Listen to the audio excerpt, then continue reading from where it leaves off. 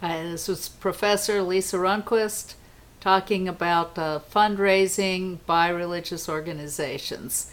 You've already had an introduction to donor contribution issues in one of your other classes. The law is essentially the same for churches. One difference is that on the receipt of your charitable contributions, you can list that the donor has received intangible religious benefits, and there's no corresponding deduction in the amount of the contribution, so the full contribution that's given can be deducted. But except for that type of modification, the law is essentially the same. So we're not going to spend a lot of time talking about donor contribution issues. We might hit on a couple of things, but for the most part, we're actually going to concentrate instead on the actual fundraising part by the organization. There are a number of different types of fundraising that you'll find nonprofits and specifically religious organizations getting involved with. First of all, most churches have weekly offerings that they take. Outright gifts are probably the best type of fundraising you can have, because if you have a gift, cash in hand that you can spend, if it's given as a unrestricted gift, so it goes into the general fund, then the organization is able to do whatever they need to do with the money. Any other type of restriction on the funds or a future donation, a promise to give money in the future, is not nearly as valuable as money in hand today. So that's one thing to remember if you're going to engage in fundraising, that if you can get the money in today in cash without any restriction, that's far preferable. I've worked with some organizations that got into this whole concept of getting involved with fundraising, where they're going to do all of these things with charitable trusts, etc., that we'll talk about a little bit, and forget that that isn't necessarily the best type of gift. So just keep that in mind. Of course, there are different situations where you'll be conducting special campaigns. For example, you might have a building program and you need to raise money for that. Any type of situation like that where you're raising money for a specific reason, if you take that money with the understanding that it will be used for that purpose, then you have to use it for that purpose. It's quite often preferable to put some sort of a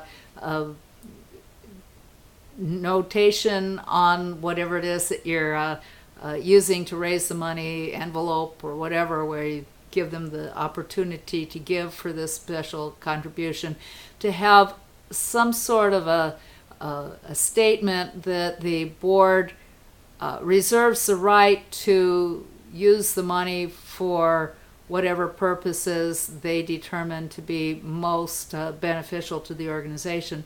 If you do that type of restriction on it, then so that you're not limiting it to the particular purpose, it's going to be better for the organization, because then you don't have to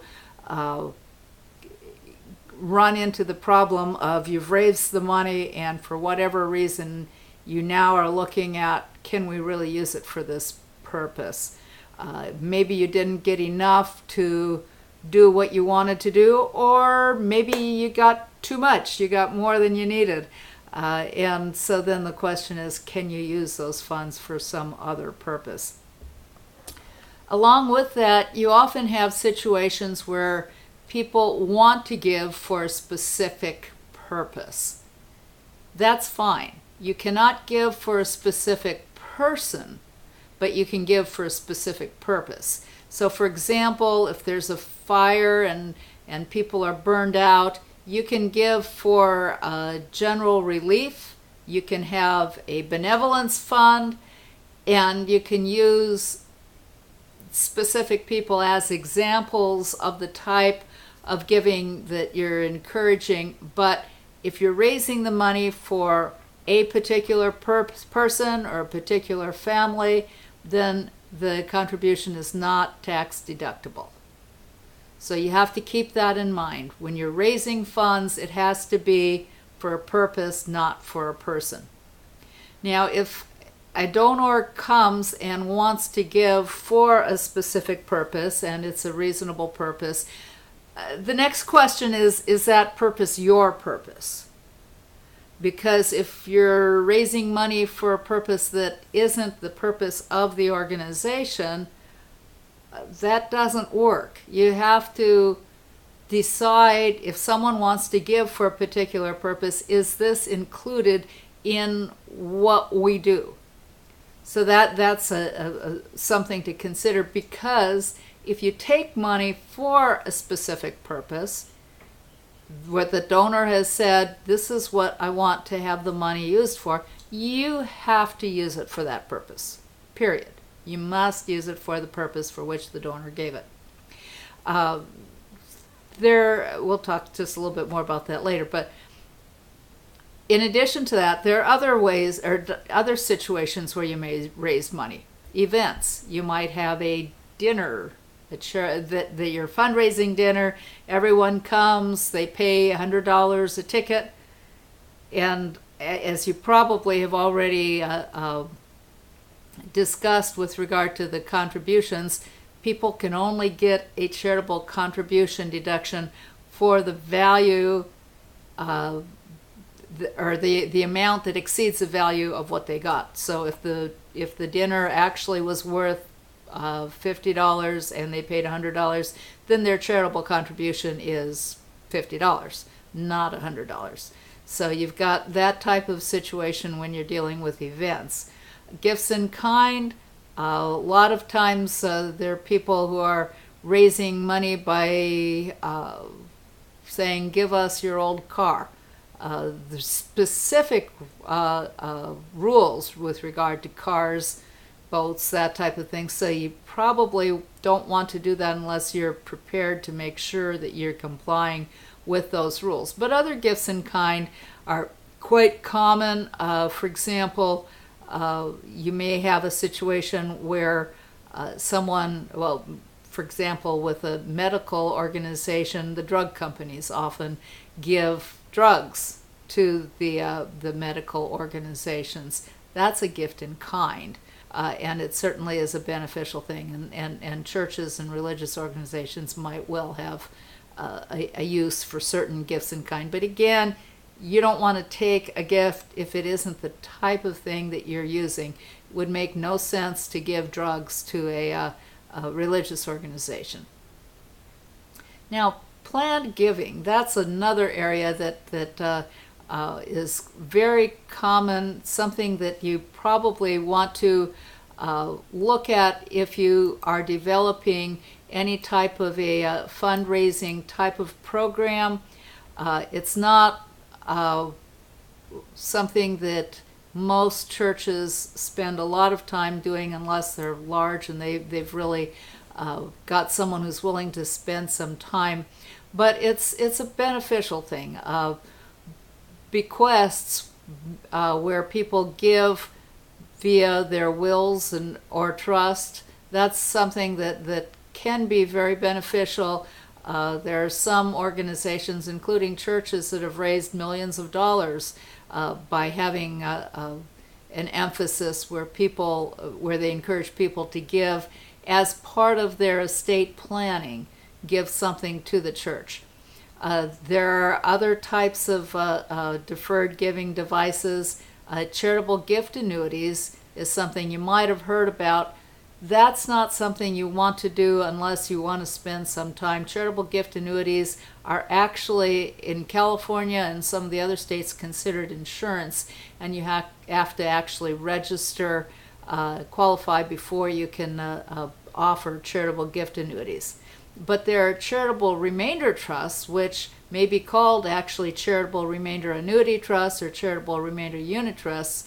In that case, what you have is a situation where someone gives either funds or property or whatever into this trust that's set up. The nonprofit is generally the trustee and pays out a certain percentage of the fund or a certain dollar amount. The annuity would be the dollar amount, the unit trust would be the percentage of the fund. They pay that out either for a life or lives or for a term of years. And at the end of that time, the remainder goes to charity. So that can be a beneficial thing for both parties. There's also a charitable lead trust, which is works the other way around, where someone gives money to the organization in trust during the period of time, say the period of years, the income goes to the organization, and at the end of that period of time, the remainder goes to a beneficiary or beneficiaries. And that can actually be a tax planning method, because the value is considered to be the remainder interest at the time it's given, rather than it being the entire value of the gift that goes to the kids. And so especially for large estates, if there's an estate tax, and that varies from year to year whether there actually is a federal estate tax and or a state estate tax. And so that's something that may or may not really benefit the organization, but it's something to consider. But in both the charitable remainder trusts and the charitable lead trusts, the individual gets a contribution at the time they make the set up the trust, even though it's with the remainder trust, the charity doesn't actually get it for some time, and then the lead trust, they do get it for a period of time, but they don't get the principal. And then there are pooled income funds, which are similar to the charitable remainder trusts, except everything's put together.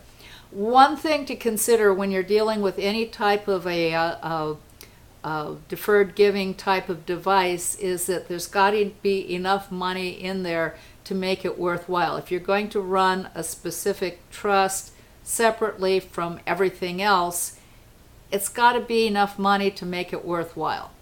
And so if you don't have a large enough sum of money given, then either setting up a pooled income fund type situation where you can put everything together and run it all together, or if someone wants to make a contribution for a specific purpose, going back to what we discussed before, for example, if they want to set up an endowment of some sort, you're better off having a general endowment that they can contribute to, unless it's enough money to make it worthwhile to run on a regular basis or for a period of time. And I've worked with a number of organizations where they find after a period of time that they've got all of these little trusts, 25,000, maybe even less, that they have to account for separately. And that brings us to the concept of the UPMIFA. It used to be the Uniform Management of Institutional Funds Act. Now all but one state have adopted the Uniform Prudent Management of Institutional Funds Act, which determines how funds are going to be spent that have been given, where you're mostly investment, but then you're spinning off money that's used for whatever the purpose is. And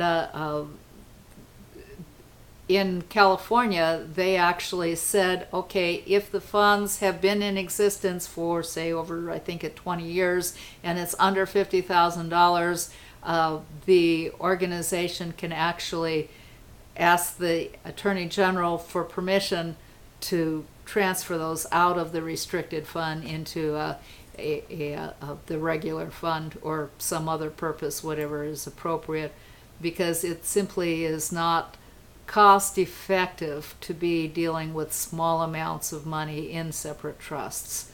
So that's something to just be aware of. Okay, soliciting funds. How does the nonprofit, the church, do this?